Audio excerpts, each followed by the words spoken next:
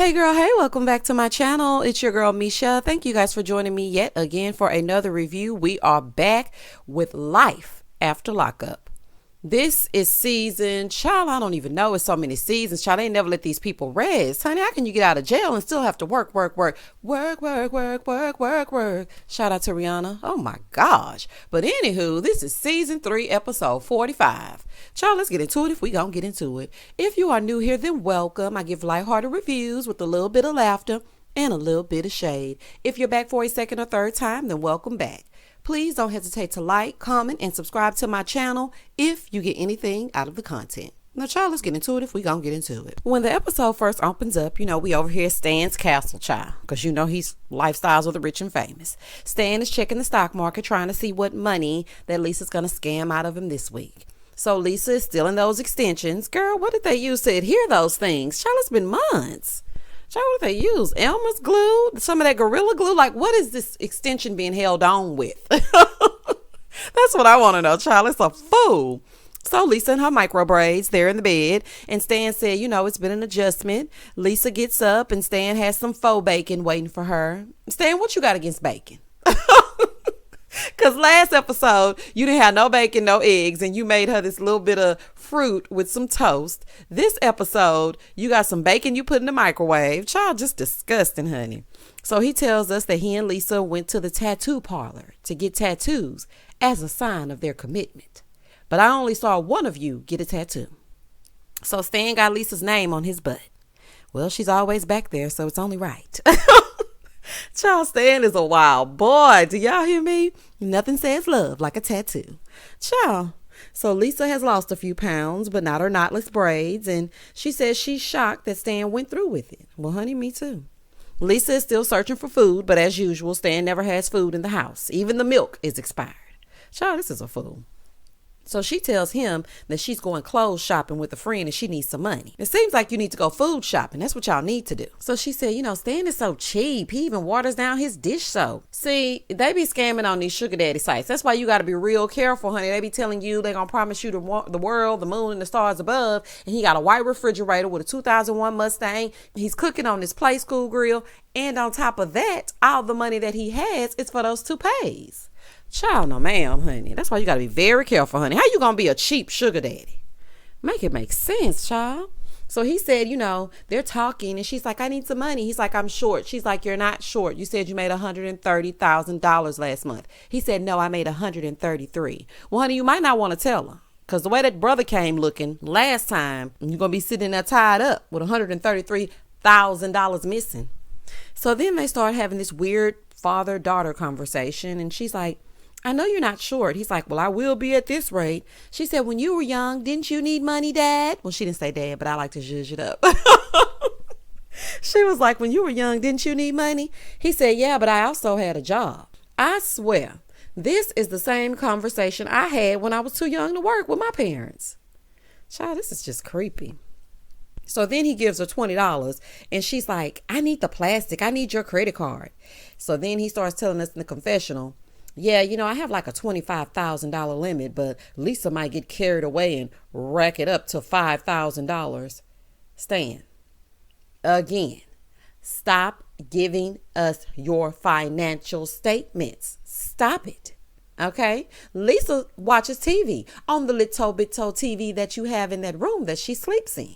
And she sees you telling us about all things money. So then he starts acting like that. I think it's that Liberty Mutual commercial.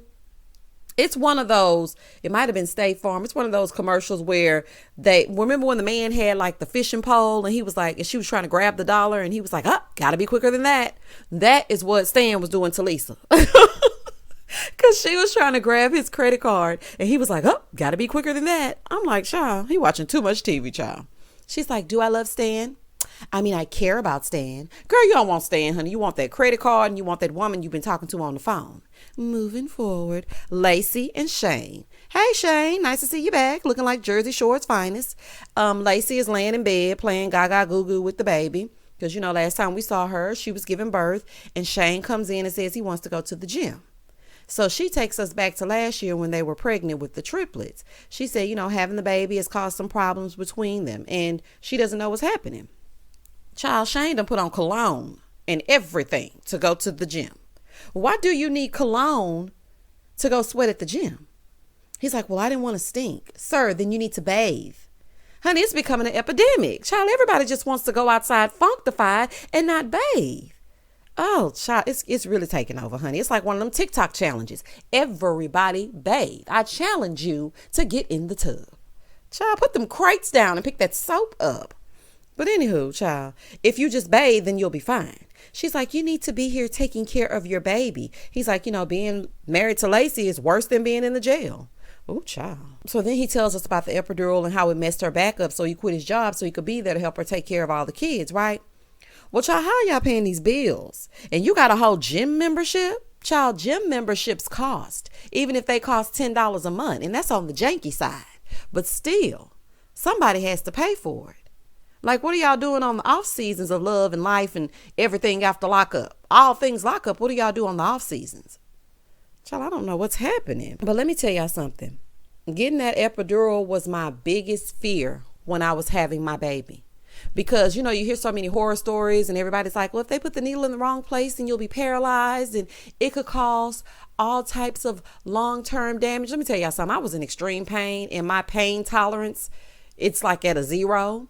So I was walking in backwards, like, hook me up. I don't care what's going on. I don't care what you stick in my back. As long as it causes me to have a little bit of relief, then I'm fine. Child, but by the grace of God, everything went okay. Moving forward. He said when the baby came, he got depressed and he felt bad for even saying that he was depressed. But you know what? I think it's actually good to express those things because it lets other men know who may be experiencing that it's normal. Sometimes they go through a bout of depression after we have a baby, the same as we go through postpartum. And I'm happy that he actually opened up and said that out loud. In the next scene, Lacey got the kids out of the house and here comes John. Child, y'all know John don't play.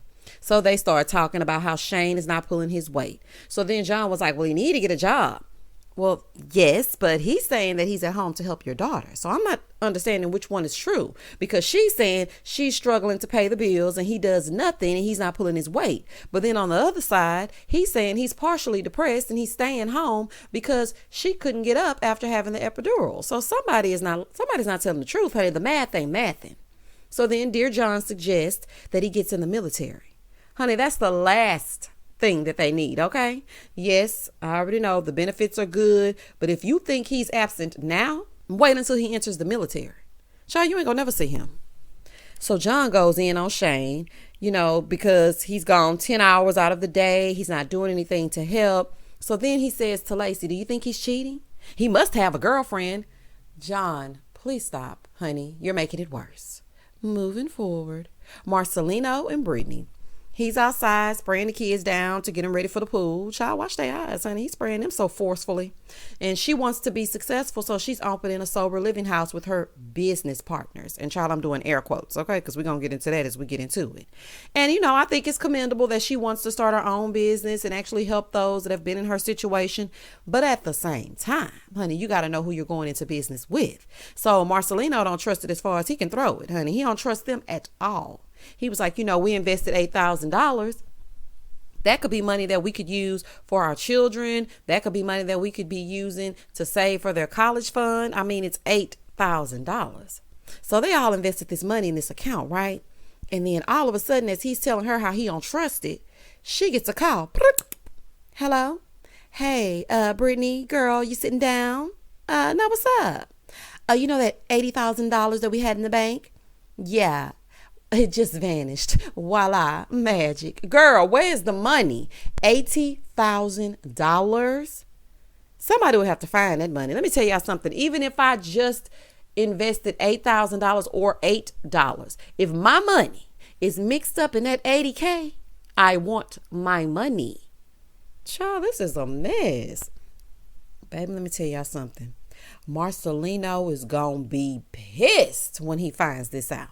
As he should be. Moving forward, we're back in the H with Brittany and Ray Ray. What's up, H-Town? Different series, same wig. Hey, y'all. They go to the furniture store and gives them TMI, honey, like they like to do.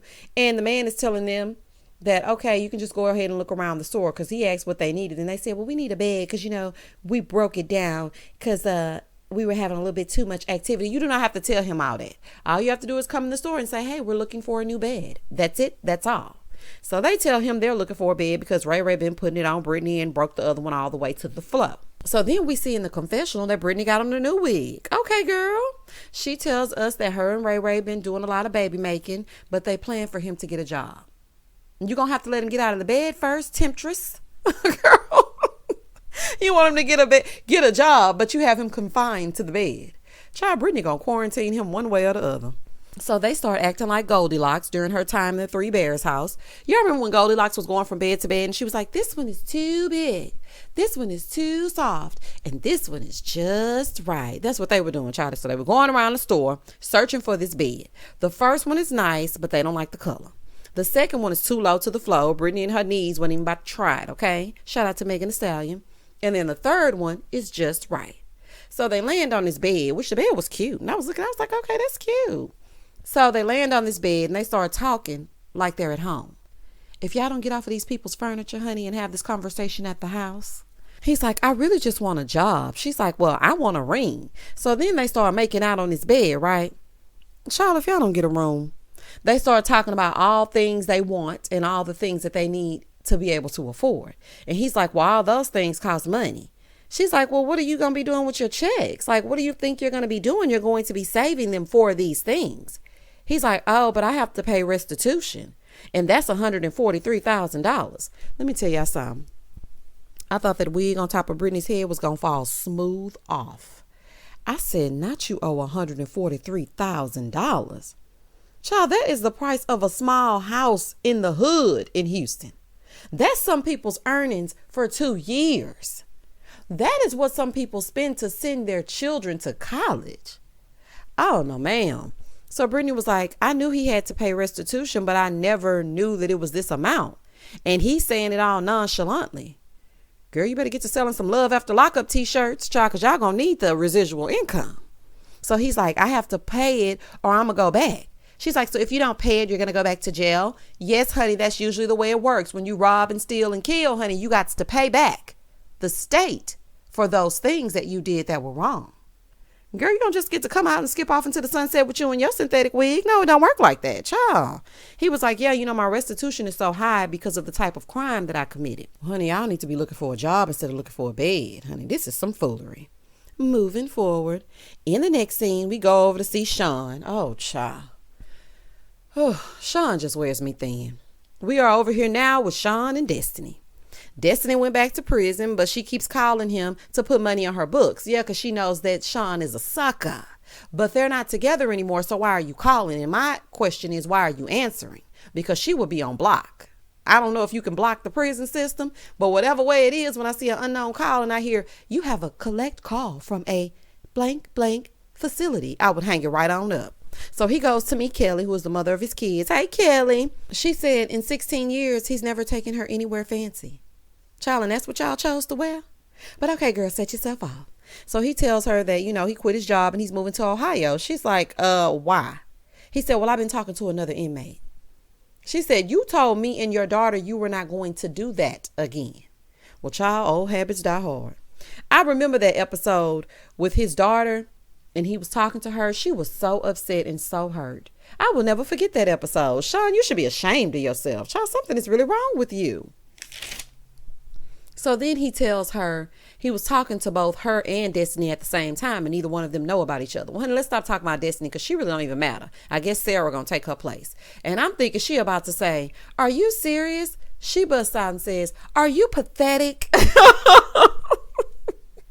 Well, honey, I think so. So basically, Sean picked up with Sarah after Destiny went back in. So neither one of them knows about each other.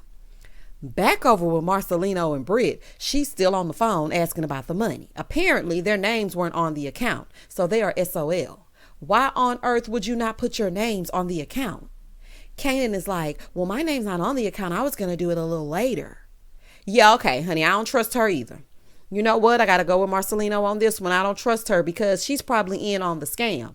Why are you able to check an account that your name is not on? How did you get access to said account? Where's the person whose name is on it? She's like, it's gone. And if he's high, then that's a telltale sign. How do you know he's high? So you've been hanging out with the person that emptied the account. And she's over here freaking out because the account is completely empty and Marcelino trusted her to make this investment. Child, this is a fool. So Brittany comes back inside, right? And she tells this lie about having to go to a meeting. He's like, do you need any help? She's like, no, it's just some things I have to handle, some paperwork we got to look over. Oh, and again, honey, he is going to be pissed when he finds out. And the lady on the phone was too calm, so I smell a setup. Moving forward. Staying in his 2000 Mustang, they're hitting the road to go to a real gym instead of that makeshift gym he had in the living room. Child, thank God. So he goes to meet with my favorite, which is Dash, and he starts telling Dash they're living together. He's like, well, what does she do all day? Stan said, I don't know. So then he tells us in his confessional, Lisa spends all day sleeping or texting on her phone. Well, it sounds like a teenager to me. I'm just saying. He said, she touches that phone more than she touches me. Well, of course. Over on the other side with Lisa, it's deja vu reminding me of Nicole and that little friend she met at the salon all over again because Lisa is meeting up with an old friend from prison who is Natasha. She was like, yeah, that was my roommate. Was this the roommate you made the number 2 pencil strap on for? Because y'all remember she had said that she slept with one of her roommates. I wonder if Natasha was on that list. But anywho, that's just a side note. So Natasha is staring at Lisa's micro braids / extensions in utter confusion. Yes, honey, she walks around that way. Moving forward. They go inside the store to start finding some clothes for Lisa to wear. And she told Natasha she feels like Stan wants her there to be his live-in sex slave. Honey, and does. So they're paying back over to Stan and he's telling Dash Lisa wants a sugar daddy, but it's hard to be one with no sugar. Well, honey, it's called a Splendor daddy. We do it all the time, honey. Get with the time, Stan. He said he wants to do it like bunnies, but she's never in the mood. Natasha's back over here with Lisa, and she's like, so is he a trick or are you actually like him? Well, honey, just call him Trick Daddy. I'm just saying. Shout out to the 305. She's like, no, I don't feel like he's a trick, but he does give me money and I don't even ask for it. Girl, you a lie. Honey, you was in there struggling with him over that credit card earlier. Back over here with Stan and his thick thighs, he said she always asks for a lot of things and he gives them to her, but he feels like he's a sugar daddy. Honey, you are one. You went on a sugar daddy website. What did you expect to get? A first lady of the church? Side note, I'm looking at Stan in his gym shorts. Stan a little thick with it. Honey, no wonder he don't keep baking in the house. I can't expand them thighs any further. Child is a fool. Back over here with Lisa, she's telling Tasha about Renata. She said, yeah, we've been getting to know each other a little better. We're going to see where it goes. And basically Stan does what I say. And if he doesn't like it, then I have other options. So then Lisa's car service gets there. But I was wondering, where is the car that Stan bought? And did she get her license back? Y'all know I have a lot of questions, honey. I be wanting to know because the stuff don't be adding up to me. Anyway, as soon as she gets in the car, she's like, can I make a call? And the guy that was driving the Uber, he's like, yeah, sure. But what he probably was thinking is that she was going to make a regular phone call like us regular schmegular people make. But, she's filming for a show, so she has to put it on speaker, right? So anyway, she calls Renata. Hey, girl. Lisa tells us that they've never crossed the line, but it could happen soon. She's like, yeah, I want to see that new boob job you got. Child, this is a mess. So she's like, yeah, I'm going to message you Stan's address so you can pick me up from there. Child, Lisa going to end up on the ID channel messing with Stan. You better quit playing, girl. You can't play with everybody like that. We already see that Stan can be a ticking time bomb. You going to mess around and get yourself hurt, allegedly. Back over with Lacey and Shane, she has on her little nightie ready to get it popping, and he's talking about all the stresses of the day. And child, she don't want to hear it because she has on this and she is ready to have him insert here. Okay. So she was like, we went from having sex 6 times a day to nothing. 6 times a day? Girl, your vagina gonna need reconstructive surgery or some ice or something. The sex must have been 5 minutes tops. Y'all can't convince me otherwise. So I'm thinking y'all having 6 quickies. Because 6 full-on sessions make me sleepy just thinking about it. Honey, porn stars don't even get into it as they get into it that many times a day. He's like, I'm really just tired. Well, if you didn't spend 12 hours at the gym, then you wouldn't be tired. Honey, stop pumping iron and start pumping Lacey because she think you cheating. So he said, I like her mom bod, but I just don't feel like having sex. We just don't have it as much as we used to. So as she's talking, He turns over on his side and she pulls out the vibrator. And girl, you better not have those kids in that drawer, honey. They're going to think that that's a toy that they can play with. Child, you need a lock on your vibrational toys of it all. I don't think Shane is cheating. This is what I truly think. I think that he may be dealing with depression. He needs to talk to someone because all the signs are there. He has a lack of interest in things. He's trying to get those endorphins going by going to the gym.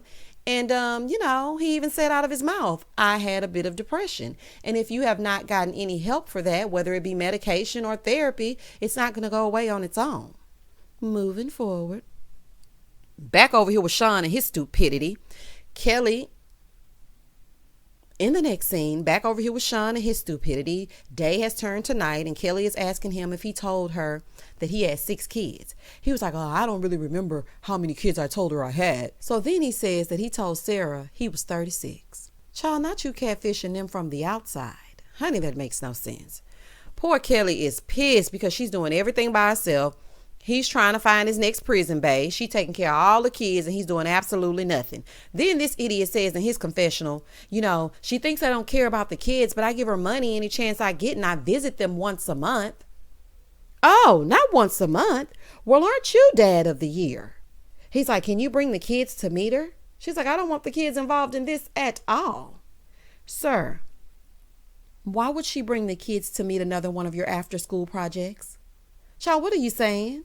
He's like, you're just mad because we aren't together anymore. Honey, she's probably mad y'all were ever together in the first place. He's like, yeah, you're threatened because, I'm moving on. Child, Kelly stood up, picked up that drink and doused Sean so good. Honey, and got up and walked away. Child, I would have left him sitting right there as she did. And child, that was the end of the episode. So we're going to see how we further get into it as the episodes progress.